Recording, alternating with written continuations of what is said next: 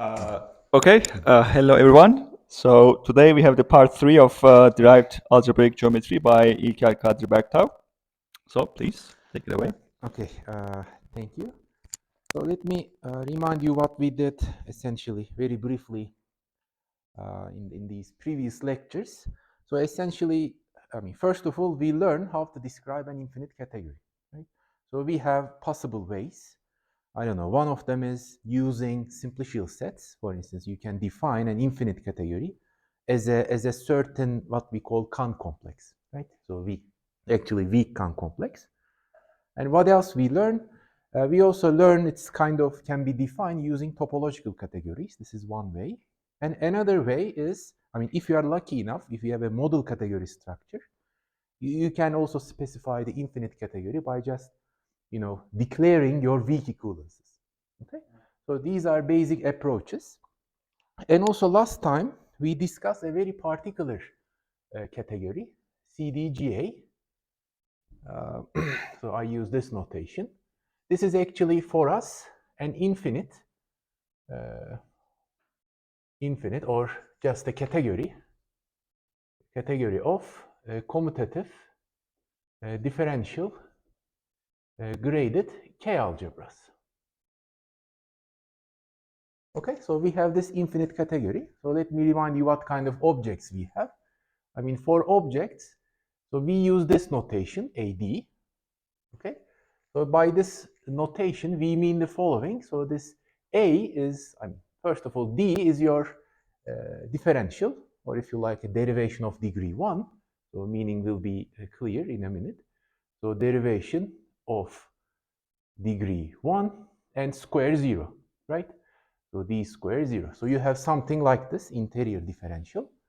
And also for this A, you also have this grading, right? I, so in negative degrees. And all of these things are actually K vector spaces.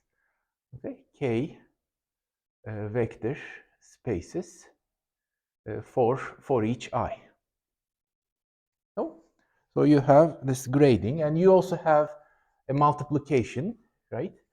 So we have maybe one more remark. So we also have this kind of multiplication. Okay. So K-linear, associative, and at the same time, this thing is super commutative. So by which we mean the following. So when you use two elements, so consider two elements, so you have this kind of commutativity relation. Okay. Here, these notations, this kind of absolute value means degree. Okay. For instance, maybe F lies in degree K, degree L. So depending on the parity, you have either -1 or +1. So you have super commutativity. Okay. So this notation means a degree. Okay. Homogeneous degree. So these are the basics actually for these things. And for morphisms, so if you remember, so these are objects. And for morphisms, you should consider the usual chain maps, right? So chain maps, but respecting all structures, because there will be many squares if you write down the chains, right? There will be squares, and there will be this D structure. So these are chain maps commuting with the all structures. So the chain maps respecting the structure, for short. Okay. Differential and the graded, right? Yeah, sure. And what else? Maybe one more terminology for morphisms. For instance, we call morphisms quasi-isomorphism, right? So this maybe another terminology. Phi is called quasi-isomorphism if it induces actual isomorphism for cohomology groups. Right? If you consider the induced map like this.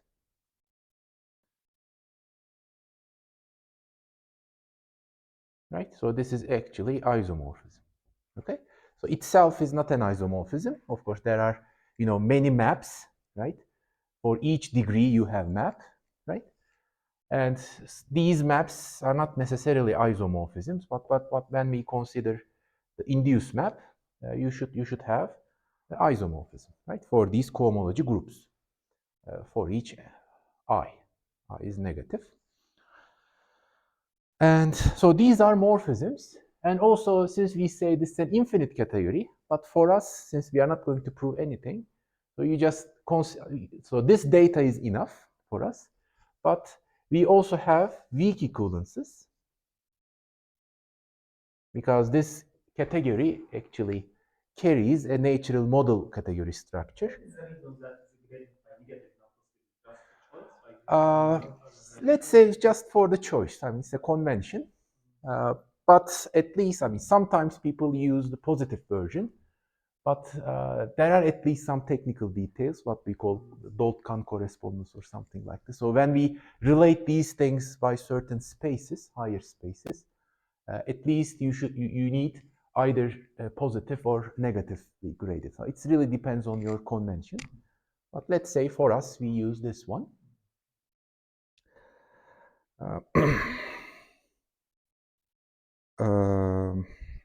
Okay, so the weak equivalences, because remember, for infinite category, it's for us, it's enough to specify what is your weak equivalences.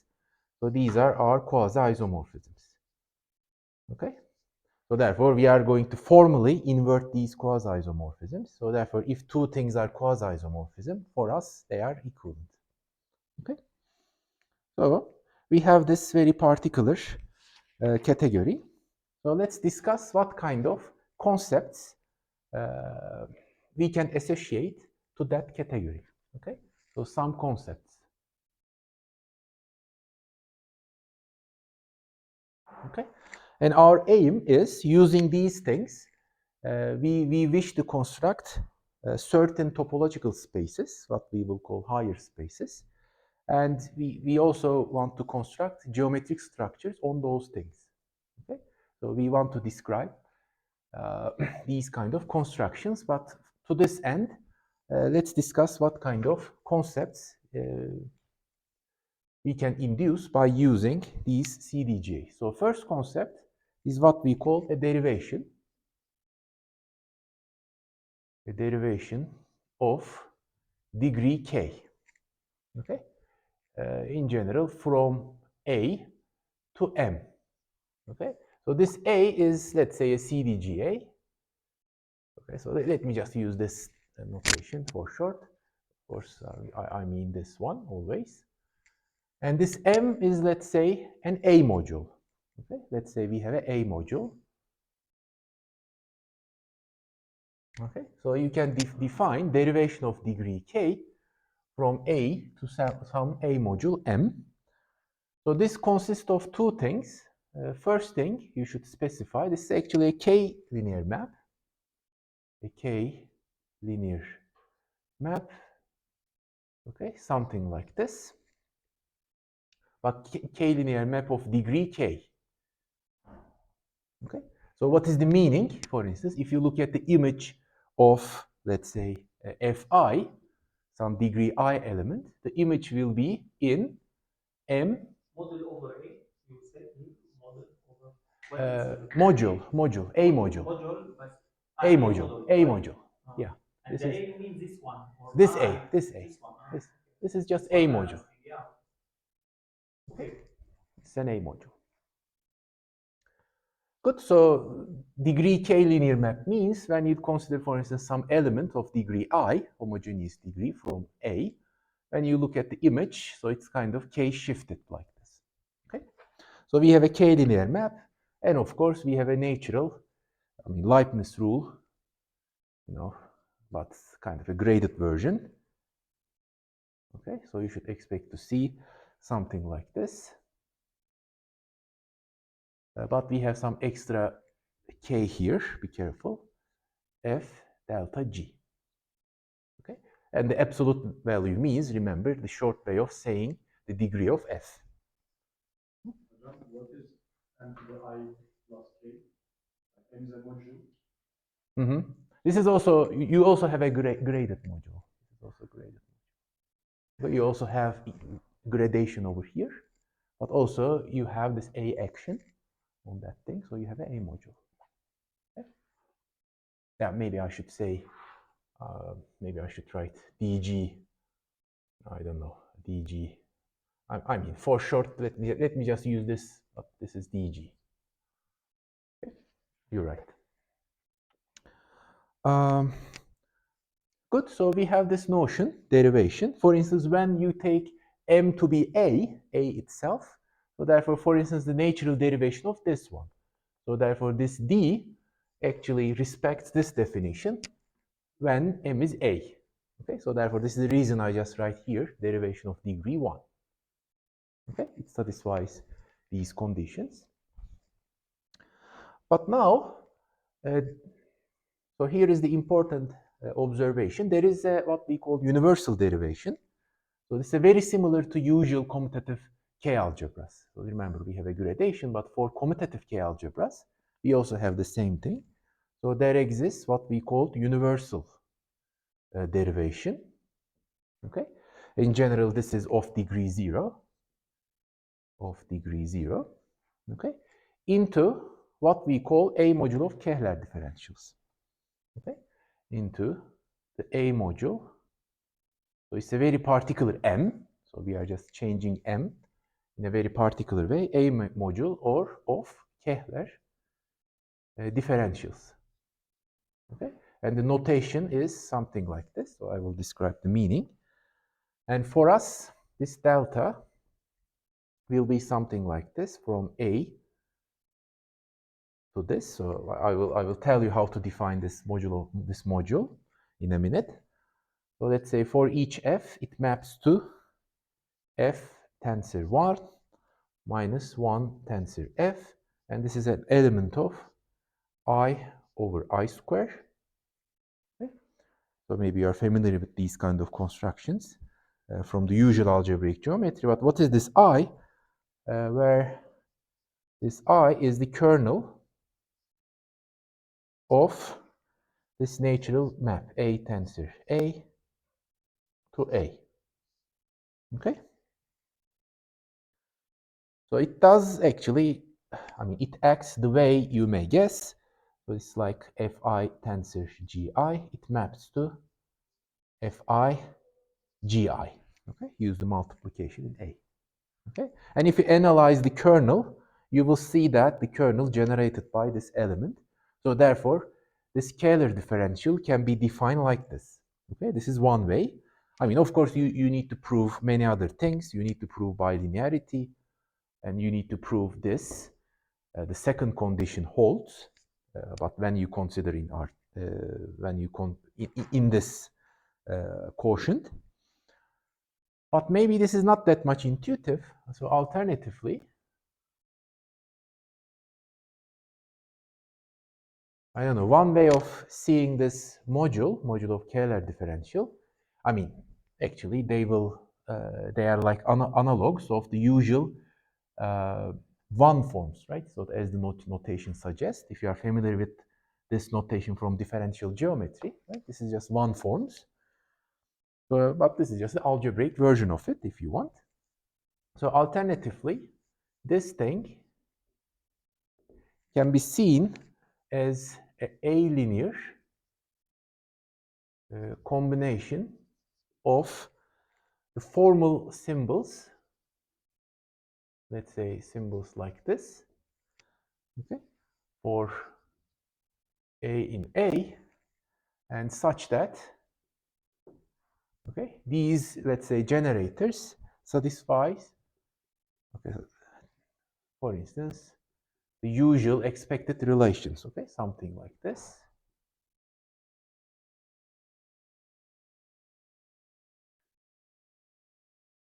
Okay, so the usual. So the Leibniz rule, one more time. Okay. And delta C is 0 for all C in K. Okay. So it's really like the usual one forms. So you can also use these kind of definition. And I don't know, a typical example, for instance, if A is something like this, KXY, Okay, or you can view this thing like this: 0 kx y and k kx 0. Okay, this is like your degree 0. This is like your degree -1. Okay, and then this module is just a linear combination span of symbols like this. Okay, for instance, I don't know. You can use the usual elements. I don't know. For instance, something like this is a typical element. Maybe I should say here A. This is a typical element, and if you really want to apply this operator to this element, so just like the usual calculus, but by using the rules, right? From the second rule, of course, you have 3x y square plus 3x delta y square. But this, because of the second rule, of course, this turns out to be 3 y square delta x, right? And here this one, if you apply the second rule by just, this corresponds to y times y, apply this rule, and this turns out to be 2 times y delta y, as you may expect. Okay, something like this. So usual way of, looking at the differential in the calculus, but we are doing this in this algebraic setup. But here is the remark. Actually, these two versions are the same. These two versions, either that one or using these kind of generators subject to, relations like that. Actually, such versions are the same. So it's a good exercise for you, if you want. So the maps are something like this. Okay, let me write down the maps, and then you can check. So, for instance, this phi map maps this generator to that element. Oops. A tensor 1. But at the same time, if you pick some arbitrary element here, like this maps to x delta y. Okay? So you can check if you wish, but this map will give you the isomorphism between these two descriptions. Okay? So therefore, if you want, one way of seeing modulo of Kähler differentials are like algebraic analogues of usual one forms in differential geometry. And this is the natural definition. And more algebraic version is that one. Oh, good. And why this is important, we will see in a minute. So let's observe the following. So you have universal derivation. Therefore, we just observe one application of this universal derivation. We also have another concept or another nice observation coming from this universal derivation. So using this delta, the universal derivation, delta, we actually have the isomorphisms. We also have the isomorphism of DG modules. Okay, so something like this: home space. So DG mod A. I just use DG mod A maps like this. Okay, and there is an isomorphism using the composition with delta to derivations from A to M. Okay, so let me explain the notation here. These underlines, actually, these guys, so something underlines. It means that we just consider, sum over morphisms of each degree. Okay, so therefore if you have underline here, which means that you consider all possible derivations of any degree. because remember, this is just degree k, and you have many degrees from a to m. So the underlying means, so take the sum over homogeneous morphisms of each degree.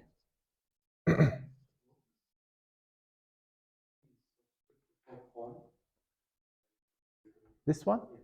This is dg mod a. So this one. So maybe I should use dg mod a here. Okay.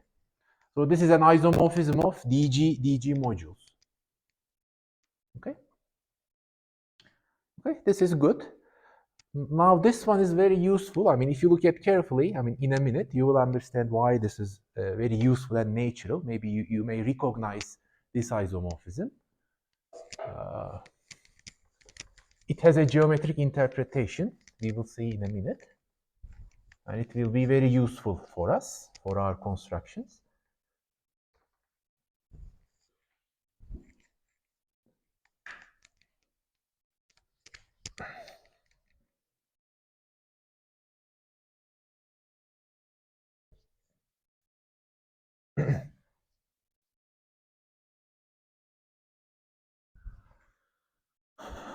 So here is the important definition.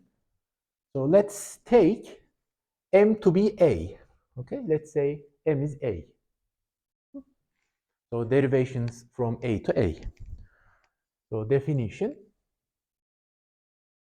So when this M taken to be, A, we call such derivations, so we just call a derivation, for instance, x from A to A of degree k, for instance. Remember, we have a sum here, actually. A vector field. Okay, so this is a vector field. A vector field of degree k.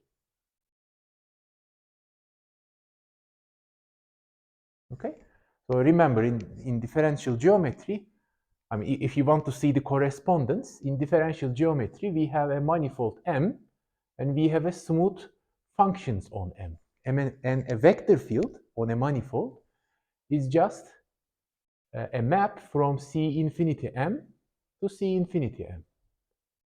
Right? It eats maps, right? It eats maps, and it splits out another map, xf, direction derivative of f. Remember, but now in algebraic geometry, it is actually, this is the purpose. You just forget this ring, and you want to study with any arbitrary ring. So this is the point of algebraic geometry. So instead of this ring, what if you have another ring, which gives you, the functions, space of functions. So that was the logic. So the same will be here. Therefore, we have a vector field. So I don't know, the notation for this thing, just for simplicity, we just say x in, so let's say derivation, for instance, a, k. Okay? So when I use something like this, I mean a vector field of degree k, or generally, I mean, instead of writing something like this, a, we simply write derivation a. Sorry, there.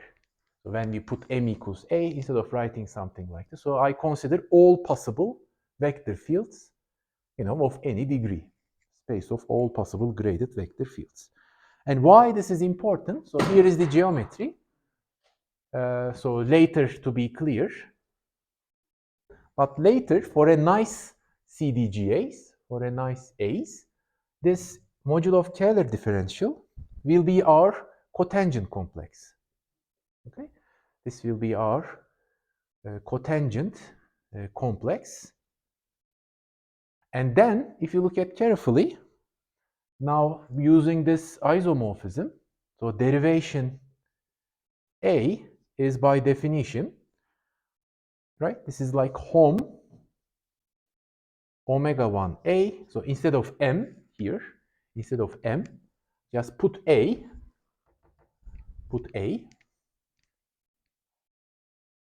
And this is exactly the dual, right? So this is exactly, by definition, dual of this space, linear dual. And remember, the linear dual of cotangent complex, it will be tangent complex. So therefore, this derivation space, right, will be our TA, okay, what we call tangent complex, okay. So they are algebraic analogs of, or correct generalization of, the usual cotangent bundle and the tangent bundle in differential geometry or topology. Yeah. Sorry. I may sometimes forget this underlines, but I always mean, maps of DG modules. So, okay, good. But let me just say this kind of identification, because we also have a individual definition of cotangent complex, and they are not the same in general. We need to be a little bit careful. So here we identify this thing. So this is a kind of a identification. So it's a kind of a theorem definition, something like this. So this only holds for very particular choice of CDGA. So let me just say for nice CDGA. But in a minute, we will see that actually we always have this nice CDGA. So therefore, this knowing modulo of Kähler differential will be enough. If you want some technical terms, nice in the sense that they must be cofibrant in the model category structure. But we have an example of this nice CDGA, what we call standard form CDGAs. Okay, I will give you an example in a minute. Good. So therefore, we have a vector fields and everything. So as you see, I want to generalize the notions coming from the usual manifold and differential geometry theory. So therefore, the next thing, of course, you have a tangent bundle, cotangent bundle, and you can consider the exterior product of these things. Because if you want to define forms or P forms, higher forms, geometric structures, so you need to consider the symmetric power of the C infinity, or of this guy, right? Cotangent bundle. Here it is cotangent complex. So anyway, so long story short, we define what we call the Derived algebra. The Derived algebra of A. Okay, Derived algebra of A. So it's like, so we use this notation. This is the symmetric, let's say, product of this complex. Okay, and this turns out to be, so we have some kind of grading like this, P, and the wedge product, omega 1A, and shifted by P. Okay, so I will explain the meaning in a minute. And also this thing carries two possible differentials, two possible derivations if you want. So this comes with, for instance, Derived differential, familiar from usual differential geometry. So it increases this P by 1. Okay, something like this. And also we have the internal differential D, which acts like this. Remember, we have this internal grading K, and it increases this internal grading by 1 without touching the other one. Okay, K plus 1. And of course, we will have some standard rules. D squared is 0, Derived square is 0, so everything is square 0. And we also have this commutation relation. So therefore, this is your Derived algebra.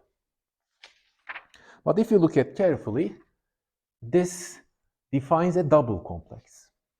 Okay, so it gives a double complex with this object Derived A with the total differential, which is like D Derived plus D. Okay, so you have a double complex structure. So it's like you have a vertical differential and horizontal differential. So maybe if you want to write down, I don't know. So you have these.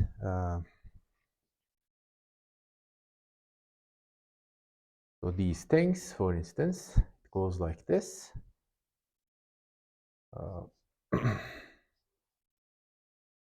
Okay.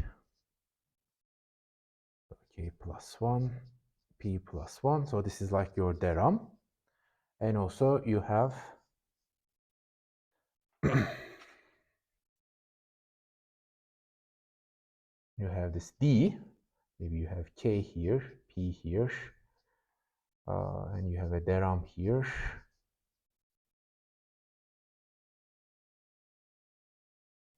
Okay, so it goes like this. So you have a double complex, vertical and horizontal differentials. Okay. And you have this commutativity and these relations actually. If you consider these relations, you have this commuting squares for each level. So therefore, horizontal and vertical differentials. And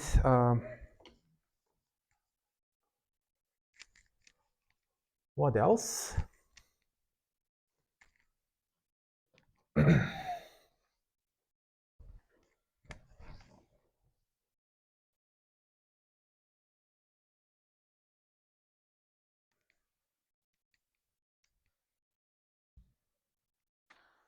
So what else? Actually, let's rewrite this thing one more time. This theorem A can be written, as you see, we have internal differentials. So therefore, actually, you have two gradings like this. Okay.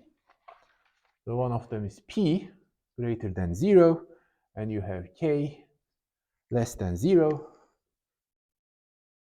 So it's something like this. Okay, so this is your theorem algebra of A. So as you see, you have two gradings here. Two gradings. So this one is called weight, and this one is called K degree.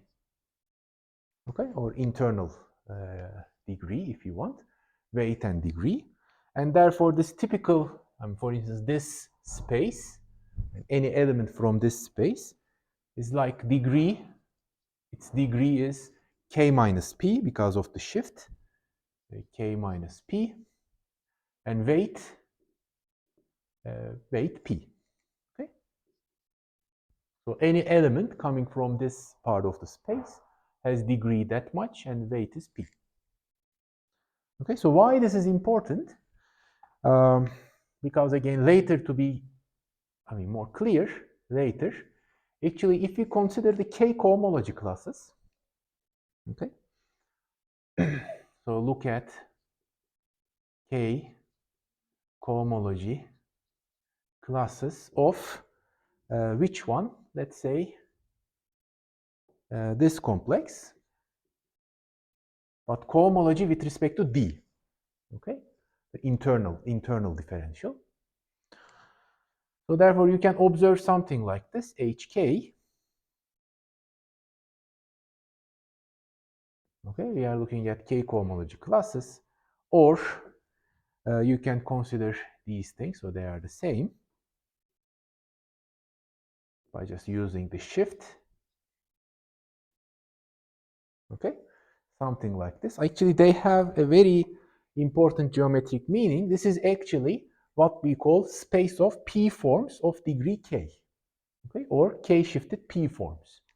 So therefore, later we will see that this turns out to be pi 0 of some space denoted by curly A, P. Let me just use X, whatever it is, and K. Okay, and this is like a connected components of the simplicial set. Actually, this is the simplicial set of P forms of degree K on X. In that case, X will be like, in a minute we will see the meaning, spec A. Okay, what we will call drive affine scheme. Okay. So therefore, P forms of degree K or K shifted P forms. Okay. So K shifted P forms. So why this is important? Let's remember the classical picture. So a very important remark, and you will see why we are interested in these generalizations. So classically, so what I mean classically, just consider a manifold. I don't know. So consider a manifold, and it has smooth maps. Let's say this is a smooth manifold. Okay, classically, actually you don't have non-trivial K shift. Okay, K is always 0. So K is always 0. So usual smooth setup actually is part of the case when K is 0. But there are still more in K equals 0. Okay, don't forget. So let's see, let's compute this thing, what will happen. Let's look at H0.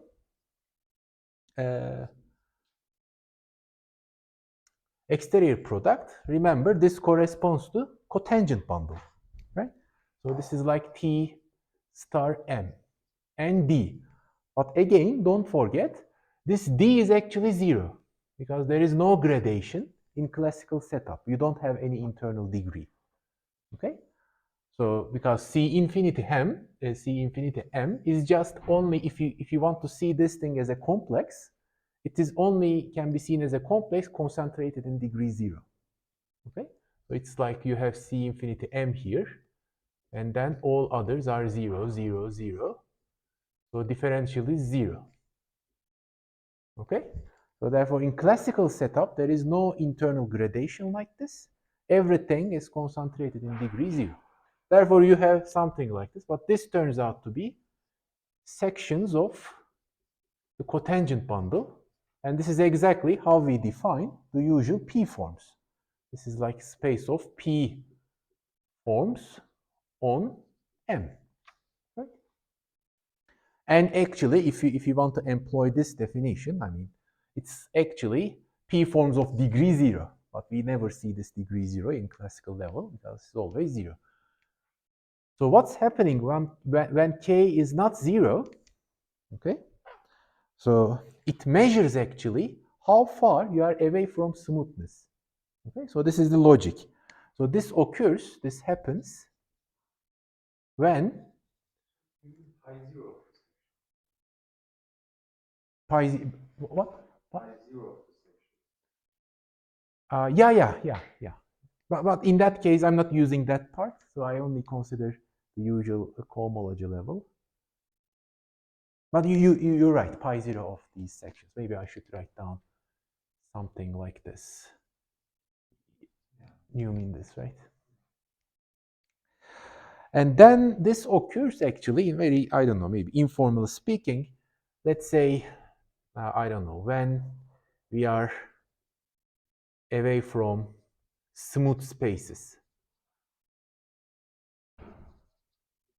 Okay, so therefore, if you want to do geometry where you have some underlying space which is not smooth, so then this derived geometric constructions and K-shifted P forms will naturally, enter the picture. So this is the logic. And then, so yeah, and you may say why we need. So therefore, so the idea, maybe I should write down to do geometry when we are away from smooth spaces, somehow, so we will need these what we call generalized or higher spaces. Okay, and they occur, they naturally are emerging from certain, I don't know, moduli problems, for instance. If you want to understand moduli space of elliptic curves, moduli space of, I don't know, vector bundles, or over Pn, for instance, or moduli space of quasi-coherent sheaves. So many other moduli spaces. In general, usual spaces like manifold schemes will not be enough. Somehow you need what we call generalized spaces. Okay, so maybe before defining these generalized spaces, one more remark.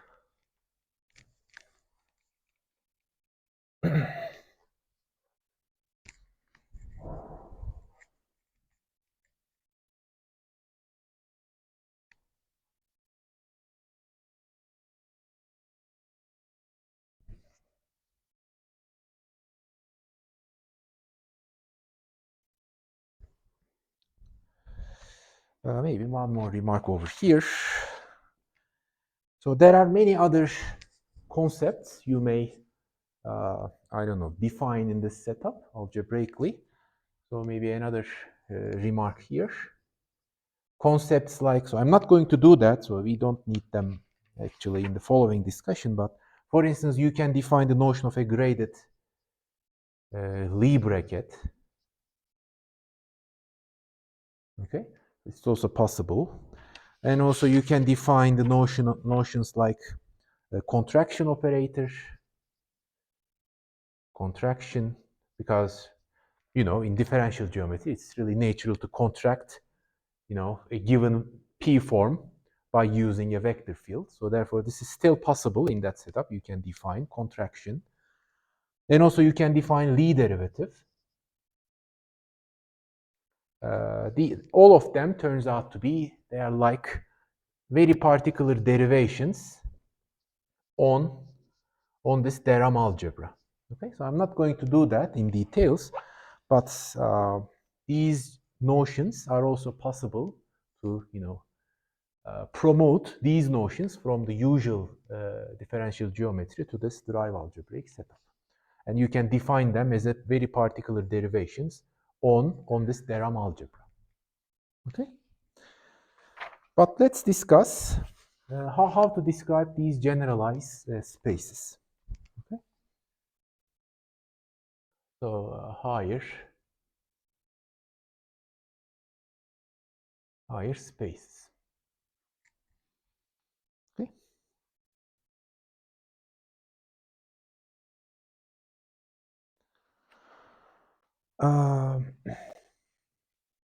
So let's recall what is the general way of defining spaces in algebraic geometry. Okay? So in algebraic geometry, let's forget derived algebraic geometry in a moment. In algebraic geometry, we have building blocks, first of all, right? Building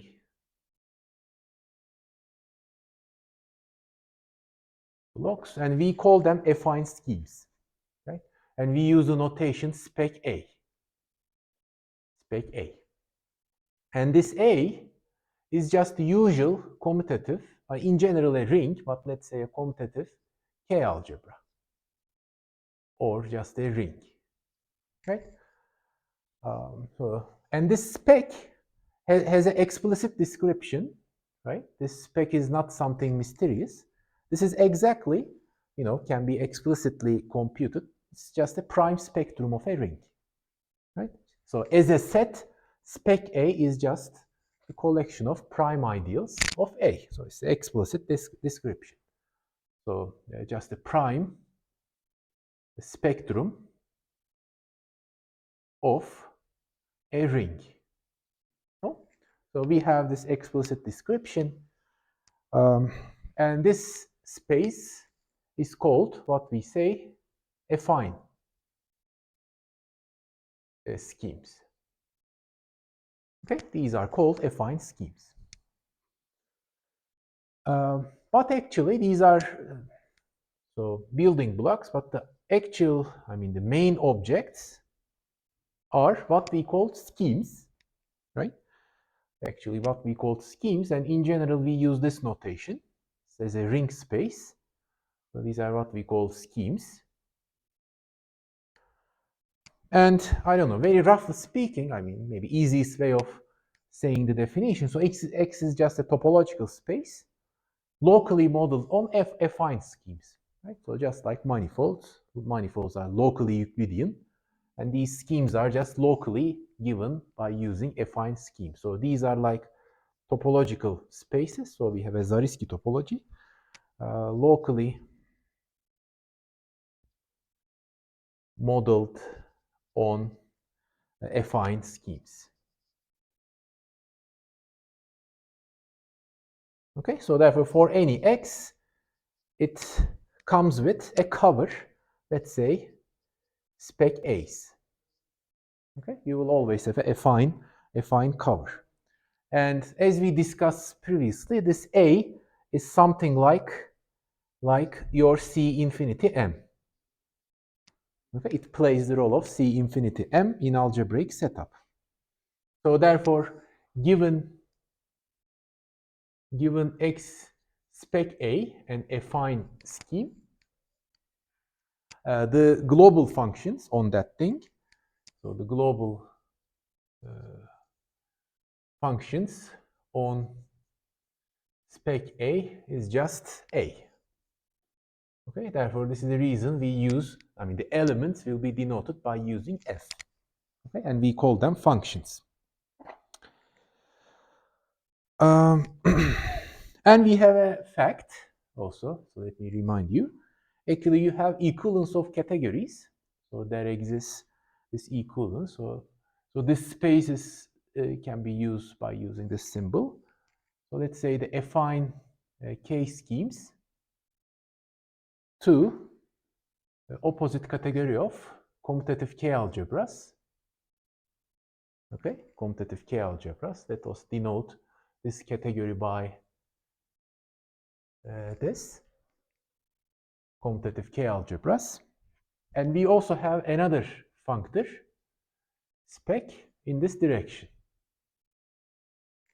Okay, so this gamma, what we called, global functions functor. Okay, global functions functor. Okay, it assigns the space of global functions on that space, and we have the spectrum functor, so we have kind of an adjunction, and this turns out to be equivalence of categories.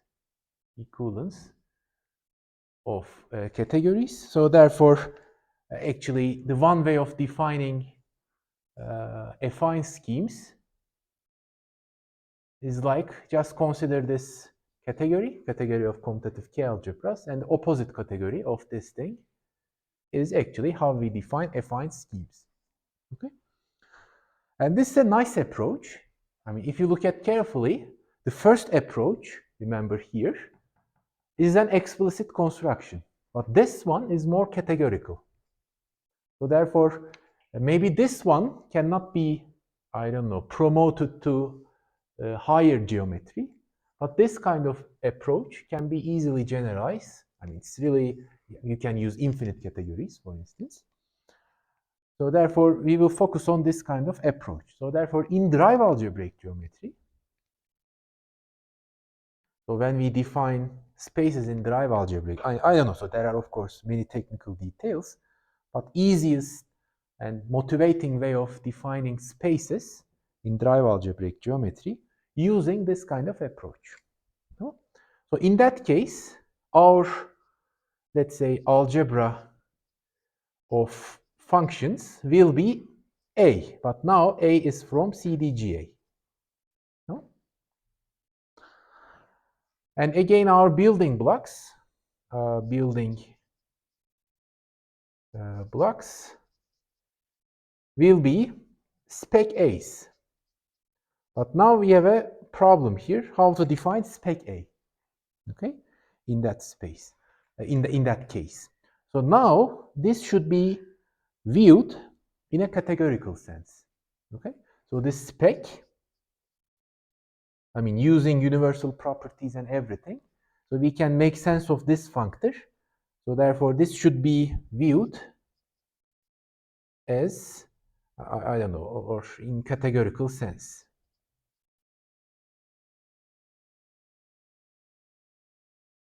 Therefore, we need to be a little bit careful. So I'm not going to the details, but easiest way of defining derived affine schemes, we just formally say that, okay, the derived affine schemes are just consider the opposite category of this infinite category, and we call elements spec A's. So this is the easiest, maybe more intuitive way of defining derived affine schemes. Okay.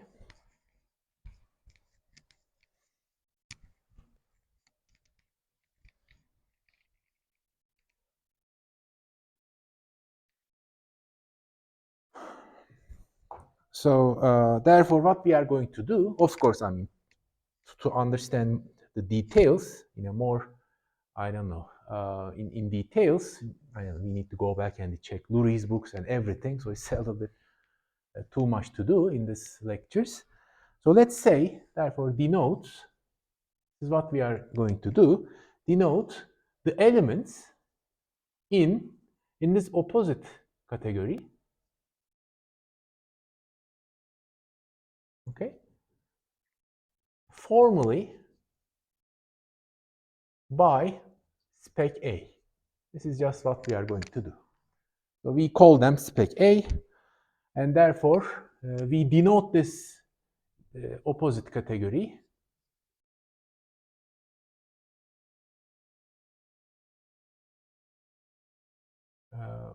okay, derived affine schemes. Okay? So therefore, we just define derived affine schemes by using the opposite category of, our global, an algebra of our global functions. Okay, motivating from this kind of observation. But of course, you may say, okay, if you just denote the elements like this, you can denote the elements by anything you like, right? Why the name? So let me at least mention this to convince you why this spec still makes sense. So remark. So the first thing, why the notation? Let me answer this question. Because, the notation spec, because if you look at the points of a derived affine schemes, spec A, topologically, the points are exactly the same points of its truncation. So here is the tricky part. So the points of its truncation. Okay, and the truncation means spec H0A. Okay, so what's happening here. On the right hand side, this thing is just the usual commutative K algebra. Okay, so therefore this spec is actually the ordinary spec in algebraic geometry. Ordinary spec in algebraic geometry. Therefore you can explicitly compute, like this. So therefore if you look at the truncation, this is actually the ordinary affine scheme. Ordinary. So points are the same. So what is the difference? So I don't know, maybe informal way of saying this. So the derived affine scheme is like an infinitesimal thickening of the usual affine scheme. Okay, so this is the general motivation. So maybe informally view derived affine scheme as an infinitesimal thickening of the ordinary affine schemes, which is spec H0A. So let's say this is spec A. This is spec H0A. But this spec A is like categorical sense, but we use the same notation. But this spec is the ordinary sense. Okay? Because points are the same. And maybe another remark, since we haven't seen the technical details, but there is also an equivalence like this. So there exists what we call adjunction or equivalence of infinite categories. So something like this. So D affine K, CDGA, opposite category, and we also have this spec functor. So therefore you can really define this spec, maybe in quotation mark, these specs, okay, as a right joint, right adjoint of the global function functor. Okay, so therefore you may also view in categorical sense like this, but intuitively.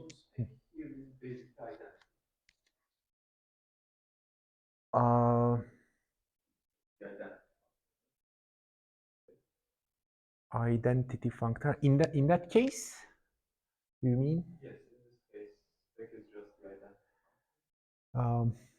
No, I mean, yeah, the way of I define is, so it's like I define it like I don't know. So I really use this thing to define that one. So therefore, this is the technical part. Actually, after this, I should have defined give the definition like that. So formally, you can view spec as a right adjoint of the usual global algebra functor, function functor. But since I skip these parts, I automatically give not the identity functor. This is what I'm trying to tell you. There is a formal construction here that I skipped. Instead, informally, let's call the elements. So let's define derive affine schemes like that. Okay, but this comes from actually that observation, and this is something else. I just avoid the technicalities here. But after this observation, so there's some technicalities. Therefore, actually, this eventually turns out to be an equivalence of infinite categories. But I just say, okay, forget these things for us, at least for our purposes. Let's define derive affine schemes like that as the opposite category of CDGA. Okay? So do we have something like more complicated objects than like H0 of A or something? So we can do this similarly. Yeah, so here. What is the technical name for the elements of DFK? How do they look? This one? Still, we call them derive affine schemes. Yeah, yeah. So do they look like this with more complicated things moved? Yeah, there will be more gluing data. Actually, we will see actually, but we don't have that much time. But we will see what kind of gluing data. So we will see, for instance, how to define, for instance, global functions on drive schemes, so imposing certain gluing data. So we will see a little bit more formal definition. Maybe that may answer your question, but maybe today we don't have that much time, I guess, right? I should stop maybe. But before that, let me give you another relatively informal definition.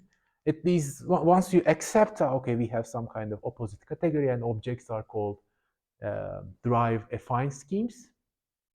So these are called derived affine schemes. And then exactly the same way, you can have this kind of formal, informal definition. So it's a derived scheme is like a topological space locally on derived affine schemes. Okay. So maybe I should write down that one. Again, a derived informal.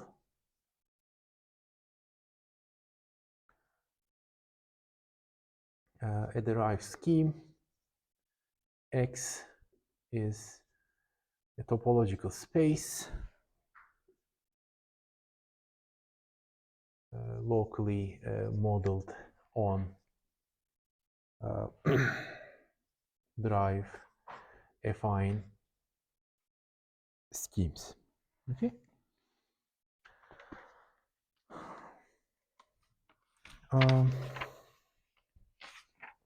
Okay, maybe before before ending the lecture, maybe I should tell you one more thing, and then we will stop. So let's say this is our topological space X for any point. So you will have this, for instance, spec A. Okay, like a affine neighborhood around that point. And we also have, so it's like we have a spec A, but we also have some actual point in spec H0A. Okay? And remember, this spec is like quotation mark spec, and this spec is the actual spec. I mean, if you look at the derived geometry paper, they usually use the bold, bold face for the derived sense, spec in derived sense, and the usual spec, non-bold face for the ordinary spec. So there will be some P mapping to X. Anyway, so we have a nice remark or theorem, let's say. It basically tells you that, so around any X in X, we can always find a good affine model. Okay, so there exists an open affine neighborhood, let's say spec A prime for A prime, a standard form CDGA. Remember, these are what we call nice CDGAs. So I will give an example next time. So what this thing tells us, remember, this thing is not necessarily open. So this is just some affine neighborhood, but it basically tells you that you can always, let's say, shrink this neighborhood like this. And now this is given by, let's say, some spec A prime, and A prime is sufficiently nice, and which turns out to be some open subset of spec A. Okay? So therefore, you can refine this definition. So therefore, for any given derived affine scheme, you will always find a good open affine neighborhood. Okay? So you will always have good local models, actually. And remember why this thing is important, because as we discussed previously, we want to study the cotangent complex and tangent complex, right? And we want to identify these things by the modulo of Kähler differentials and the dual of it. And remember, I just told you, this makes sense, this identification makes sense if A is sufficiently nice. And this theorem tells you that you can always find a nice open cover. So therefore, you can always find nice spec A prime such that these kind of identifications, let's say, are possible. And we will see why this is important. Let's say next time. Maybe I should stop here. And next time we will discuss generalized spaces. I mean, actually, how can we formally see this thing sheaf theoretically? So these are actually particular sheaves, actually. Okay? So we will see this kind of sheaf theoretic interpretation, and then we will define derived stacks and give the definition in a more formal way. I mean, I just give you this thing as a certain pre-sheaf, then I also impose the gluing condition, sheaf condition, like in the usual algebraic geometry, and I will give you more formal definition next time. And we will construct geometric objects and symplectic structure on those things. Do we need one lecture or two for that? I don't know. I mean, possibly one not be enough, but Yeah, I try my best. Possibly because I was planning to do also, I mean, I want to promote my work as well in the contact direction. Okay. Possibly we won't have that much time. And also I want to mention recent works, ongoing project in this direction, derived symplectic geometry direction. I want to mention interesting results, papers, and maybe possible problems, but I don't know. For one lecture, I try to do my best, but Okay. we'll see. Maybe 1.5 hours. Yeah, we can do that. Maybe, Or maybe. you can split into two if you want. That's also possible. I don't know if Let's see. Okay. if you have some. Yeah, I mean, suitable- I think it would be good to have Yeah, two lectures if you don't. Yeah, okay. Okay. I would like to hear more if everyone does. Yeah. Okay. That's good. So, any questions? A couple of people here on Zoom. So the main objects in algebra Uh-huh. so can you constantly there's like things in derived algebraic geometry concentrate that you Yeah, exactly.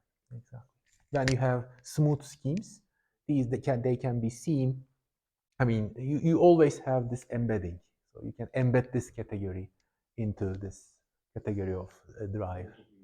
Yeah, especially when you have smooth things, everything concentration is degree zero, but it doesn't mean so degree zero still contains more information. So still you may discuss k-shifted forms, but on some drive scheme. Still this is interesting.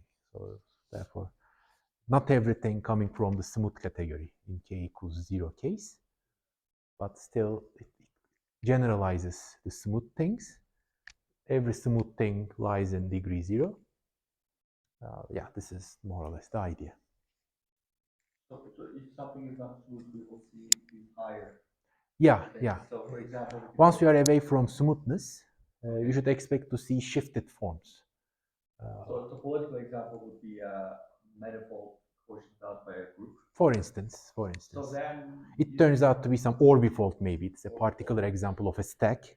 But then your stacks are going to be something easier to describe. Yeah, easier to describe. Exactly. Exactly. Yeah, exactly. And this homotopy limit perspective will be also valid when you define drive stacks. You will see. You can improve this direction for infinite category. You may have further gluing data. You will look at the homotopy limit of these things. So far, you just said in this lecture, infinity comes from this weak equivalence. Yeah. We will use them next time.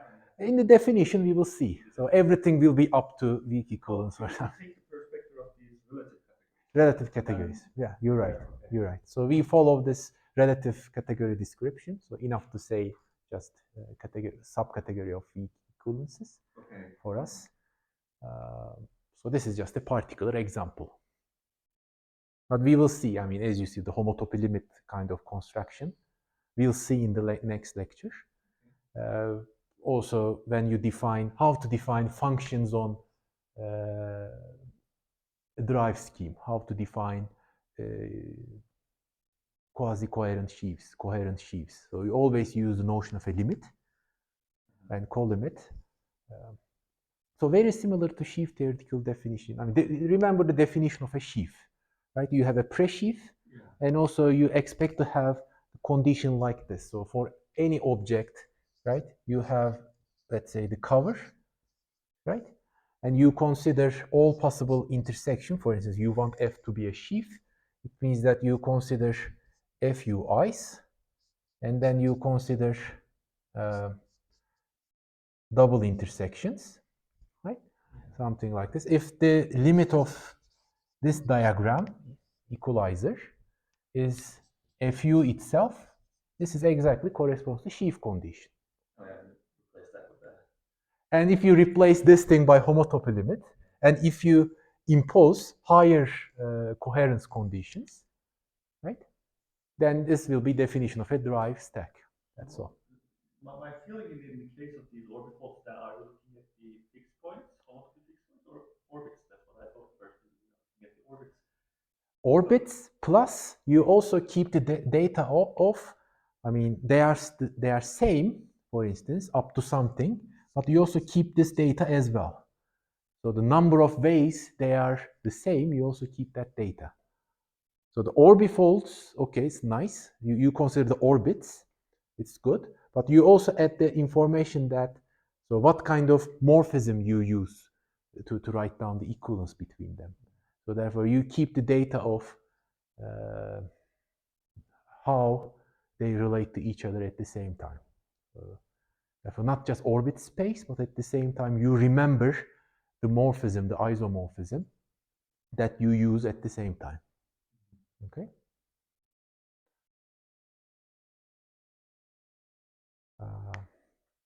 Yeah. Okay, so let's thank you. Okay, thank you.